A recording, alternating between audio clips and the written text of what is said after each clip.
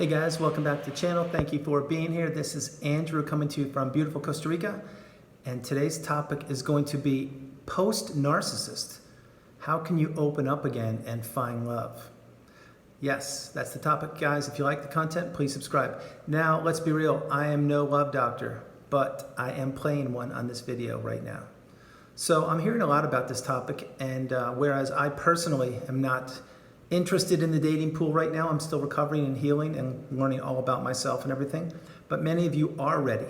So here are my opinions, my take on what you may want to do, and some suggestions for you. And I've thought a lot about this, to be fair. A couple things. One, when you are through the narcissistic relationship, we understand exactly how that is, how devastating it is, and how much you learn and you grow. So once you're healed, now I would suggest, if you're looking at getting back in the dating pools, as I call it, I would strongly suggest that you're healed. Or if you're not healed, like sincerely, you can't give the best version of you to somebody else. That's how I feel about it. So if you're looking to get back on the dating, to dating, let's call it that way. If you're not fully healed and fully aware of what you want in a relationship, then I strongly suggest you don't do it. You're probably not ready yet, which is exactly where I am. I'm not even close to ready. But this is about you guys. So number one, I would make sure you're healed and you know what you're looking for in a relationship. You know what you expect of your potential partner, and you know your boundaries and your limits and what you will put up with. Probably not the best term, but what you'll be able to handle or not. So let's be real, not everybody's perfect, and most of us are healthy human beings on the planet, at least I like to think so. And then there are let's just say there's the narcissist. The idea here is that you do not encounter or get in a relationship with a narcissist again. Now, how can you prevent that? Again, I'm not an expert on this one, but I can suggest from all my research that you do everything that you've been practicing and researching and discovering and learning about yourself, which means, let's just say it's the first date. Again, and if this person's on their cell phone all the time and talking to people on their cell phone more than you, that's probably not good. Or if they're talking to the waitstaff more than they're talking to you, not good. Or if they're ghosting you, which I have to do a video on, somebody asked for that. But the point being, if they're making plans, hey, yeah, let's do this, and then they just don't contact you again.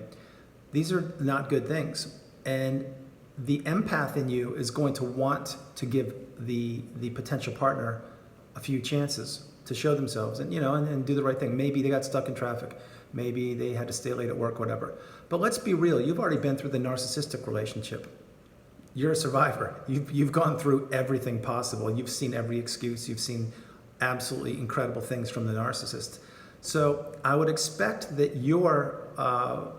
when you're in the dating pool or you're looking to start dating, for you to open up, someone's going to have to jump through a bunch of hoops to get to you, meaning your boundaries should be high. So what I'm suggesting is don't put up with it. You're not needy like you were before. You're not a people pleaser, like you were before. Your goal now is not to be the super empath you were, or whatever the terms are, of just a giver. No, this is your time to now be in a reciprocal relationship. So you need to look for somebody that is going to compliment you. It's going to make that person's going to make you happy and pleased, and you guys connect. Not on a superficial level. Now, stay with me here. I know many of you are interested in looks and being attracted to somebody, and I get it. I understand. I'm a human being too. Everybody loves beautiful things. However, beauty is in the eye of the beholder, meaning you don't have to be looking for a supermodel. So please understand that. And everybody has something to offer. Everybody. Maybe looks is one aspect, maybe intelligence is another, maybe making you laugh, which is a huge one for many people. Maybe the hobbies that you like to do, or the interests that you have, or all these kind of things. But at the end of the day, when you're searching for a potential partner, a few things come to mind. One, you need to be authentic. You need to be able to be authentic and genuine and to be yourself. If you find yourself not being yourself around this person, I would suggest that you end the relationship. Now, again, I'm not telling anybody what to do. I've never done that. I'm just letting you know from the narcissistic relationship that we've all gone through that you've already lived a part of your life for another person and given everything to a fault. I don't believe you should be doing that any longer in any capacity, no matter what. I can assure you I won't do that ever again. It's just not going to happen, and it shouldn't happen for you.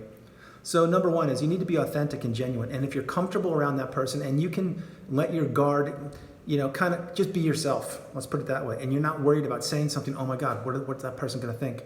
Oh my God, did I just ruin the day? No, you should just be yourself, be free. And if the person you're interested in, if they accept that, meaning that they're like, wow, I like this. I can be comfortable with you and I can just be myself. And they're not over, I'm going to get into that one in a second, but if they're just comfortable and the conversation's free and it's, maybe you don't agree on everything, by the way, you shouldn't agree on everything, because remember how the narcissist played you and played me. They agreed with everything in the beginning, all the love bomb. Oh yes, I love to go skiing. Yes, I love to go kayaking. Oh my God, of course, I can't wait to go to Tahiti. No, if the person that you're interested in is agreeing with you all the time, no, that's not good. Because that's not healthy. Let's put it that way. So the second thing would be, if the relationship is moving too quickly, again, these are things we know about, but I'm going to reiterate these. If the relationship is moving too quickly, and let's pretend that it's your birthday and you get a whole bunch of flowers sent to you, like a crazy amount of flowers. Kind of a little interesting there, like red flag, right? Like who does that? No. Or if they're constantly texting you or pinging you or just watching your social media, things like that. I understand the year we're in and people are all over social media. My opinion on that. There are certain platforms I use, most I don't. But we do need to be on social media. That's just the way the world works these days, especially given the circumstances in the global climate. Having said that, there's a time and a place to do certain things. And if you feel kind of crowded, like the person you're interested in is, let's put it this way. Let's say that you post a couple of posts on whatever platform and they're all over it. Like the paint isn't even dry and boom, they're liking it, heart emojis, all that kind of stuff. Overkill, red flag, pay attention, please. That's just a little much. So pay attention to that. The third thing I'm going to tell you is trust your instincts, always. Now, this means trust your instincts. It doesn't mean if the person you're with is kind of schmoozing you, kind of like, and in other words, kind of saying like, oh no, I think we're a great combination. You're the love of my life. I've never met anybody like you, things like that. No, just stop it right there and move on. There are almost 8 billion people on this planet. Certainly you can do better than somebody like that. The next thing is if the person you're interested in, if they are needy and giving you a sob story, like, oh, I had all these difficult times. Really, I just met you. I'm not going to open up and tell you about my situation. I really don't want to hear about yours. Guys, this is me being authentic, by the way. This is Andrew. I don't have the patience to hear your sob story. My time is extremely valuable, and I've already been played by a narcissist. So, sorry. I really don't have the bandwidth to be listening to your sob story. Now, if the relationship progresses and say it's, half a year down the road or whatever, and then the person slowly opens up, that's natural, that's good, that's healthy. But there's a time and a place for everything again. And speed is the narcissist's friend. So remember, you don't want to be playing into their trap like you did before. Another thing, when you're interested, is being able to trust yourself. Meaning, let's say that if you're cautious, like, how do I get back in this? What do I do? I'm still shell-shocked from the narcissistic relationship. I'm not sure what to do. It's natural. That's a natural feeling. And believe me, when when I'm ready to do it, I'm going to feel the exact same way. I can strongly suggest that with all the education you're putting into yourself, the development and the growth that you've gone through, and you are continuing to go through, mind you, because you're on my channel. Thank you. These are tools that not many people have. And play that again.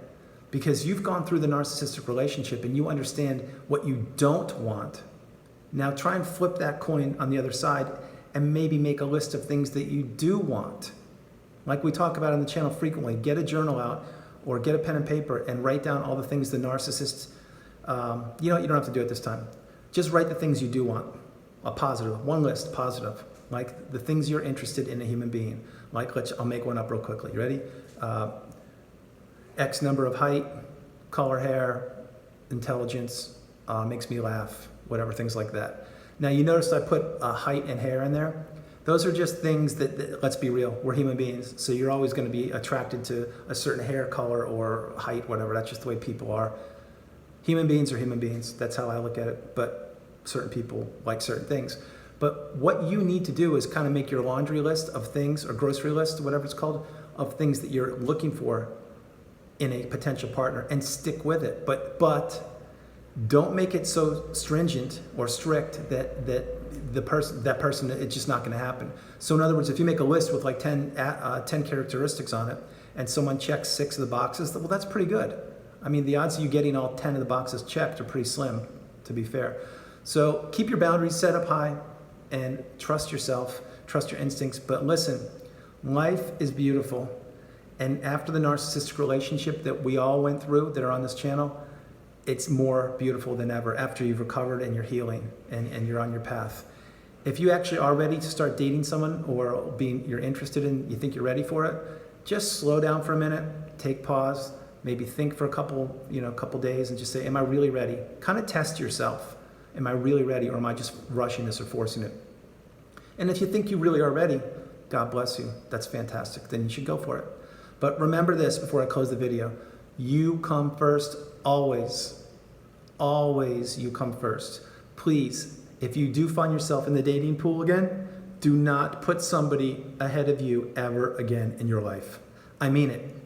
Don't do it. You come first. And you know what? Make that potential partner jump through some hoops and prove themselves to you consistently. Not just for a day, a week, or a month. I'm talking consistently. And you'll see right then and there, if they pass your litmus test, then maybe you're onto something. If not, like I said, there are almost 8 billion people on the planet. Certainly there's somebody out there for you. I don't care how young or old you are. There's somebody out there for you. So God bless you guys. Guys, thank you for being here. I hope you enjoyed the video. I loved doing it. In a little bit, I'm going to shoot another one. And I love you all. I love you so much. God bless you. Namaste. I'll talk to you soon. God bless you. Bye-bye.